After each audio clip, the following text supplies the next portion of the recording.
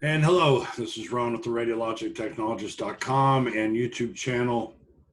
I wanted to do a quick video to answer a question left on my YouTube channel here. It was about 5 days ago. I've been kind of pondering. I'm not quite sure how to answer it because it is a very long comment that touches on a lot of different things. But Ileana Gastelum mentions a couple things that I see quite frequently in the millennials and Gen Zs, and that is I'm a little bit, I have a little bit of a social anxiety disorder. Is radiology right for me?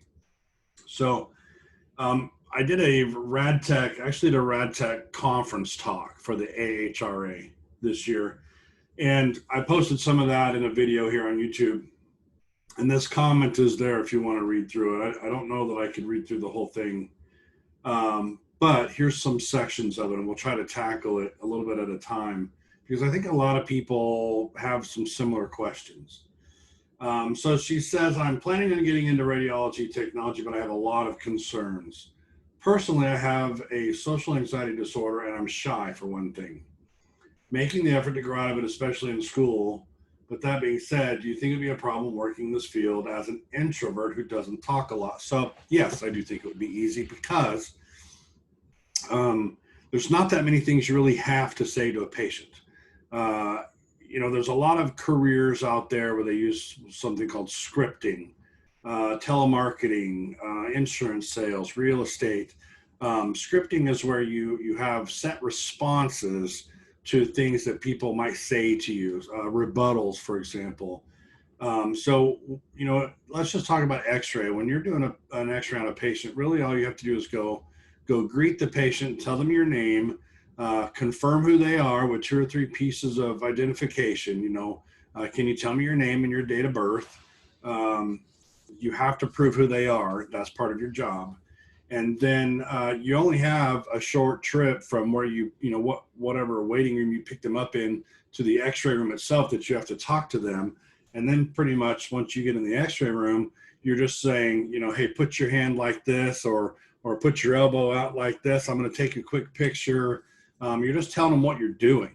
And then when you're done, you just thank them and let them know the results will be sent to their physician, and you escort them out and tell them to have a great day. So the problem of social anxiety or introvertedness really could be overcome if you just think of it as a form of scripting.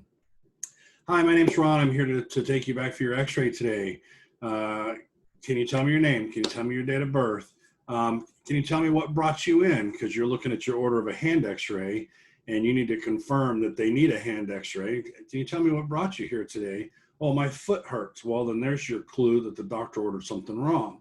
But you have this kind of preset dialogue. Why are you here? Does it match what you're doing? Okay, we're just going to walk right down this hall right here to the X-ray room. I'm gonna have you come into this door. That's great. Here's a chair for you to sit in. I have a cassette up here on the table. If you just put your hand like this, I'll arrange my equipment. I'll be right back. I'm just gonna step around the corner here and push a button. Just hold very still. Bada boom, bada bing. Thank you very much. Move your hand like this. And then when you're done, okay, we're all done. The information will be sent to your doctor in a couple days. Have a great day, and walk them out. So uh, that introvertedness can be handled by scripting. Now, dealing with your peers is another story. You're going to have to talk to your peers, and somebody who just sits in the corner doesn't talk a lot might have some difficulty getting along with their peers. But that's something that sounds like you're already working on, and you'll continue to work on. Scripting doesn't work with your coworkers. You're going to have conversations. And I've had this talk with people before. They're like, what do I say when we're all just sitting around waiting for the next exam? Well, you have to learn how to make small talk. How's the weather? What do you do on the weekends? Do you like to go for bike rides? I like to go fishing. How's your dog? How's your kid? The small talk. I wouldn't say there's an art to it, but I guess you could look at it that way. You just need to make conversation. So moving on, they jump to, I'm really worried about the radiation exposure, and it freaks me out to hear about having a radiation dosage limit, because it sounds like for over a long period of time, maybe even over a short period of time, you end up exposed to an amount of radiation that's harmful. I can't find any clear elaborations online as to how much you are protected from this, and if it's possible to protect yourself from exposure at all times. It's very confusing, and I want to know if there's a need to worry about cancer and even visible skin aging damage. And then I have to hit the next button to get to the rest of it. Gosh, I won't even, oh, there it goes.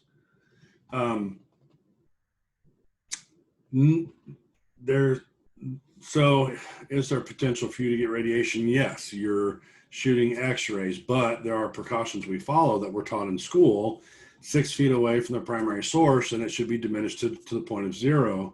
Now, if you're doing something like holding a kid while somebody else shoots an x-ray, then you're going to get some radiation, but you don't have to do that. There are mechanisms in place like the pigostat. You can Google that. Pig, P-I-G-G-O, stat, S-T-A-T. It's a device you set a child in, close it around them, and it holds them with their arms up so that you can take an x-ray of their chest without them moving around. And there's lots of things you can do to keep from getting exposed. If you're in an IR case and you're having to hold something, they make lead gloves that you put on. They look like the old dishwash gloves, but they're much thicker. We have thyroid shields. We have lead aprons. So we have lead glasses that we wear in cases. There's lots of things that can protect you from radiation. And as long as you're smart about how you're, I've seen x-ray techs doing portable chests where you got the exposure button on that long bungee cord, but they put the cassette behind the patient and stand right next to them, shoot it real quick, and then take the cassette and go run it. Of course, that was CR. Now we've got DR, but it's up to you as the technologist to keep yourself safe. And nobody should be asking you to stand in the beam or in the area of scatter even to get exposed. So you should not have to worry about that. Plus, we wear a little dosimeter badge. The dosimeter badge collects radiation that hits us. You wear them, you turn them in. Once a month, you get a brand new one. It clips on your pocket. You need to wear somewhere up here. If you're pregnant, you wear a second one down at your waist level, and they do that to check the dose that might be going to the fetus. And those dosimeter badges get turned in once a month. And there's 3 levels. If you get into a dangerous level, you get sent home for a while until enough time passes you can come back. But I have never even had to do that to anybody in 18 years of radiology. If you get to, a minimal level, they may inquire, why are you at this level? What are you doing? Are you running a C-arm and standing right next to it? Do we need to retrain you where you're supposed to be standing? Are you not wearing your lead apron like you're supposed to? But I get very few of those. More doctors have that issue because the radiologists are right there doing procedures while the fluoro's going. And you can't wear the big lead gloves when you're doing a procedure, using needles and scalpels and things like that. So you really shouldn't worry about that. That sounds more like maybe junk you heard in the media or something like that. So I hope this answers your question. Be sure to hit the like button and subscribe if you haven't already. I answer as many questions as I can get to. I think I've done 3 today.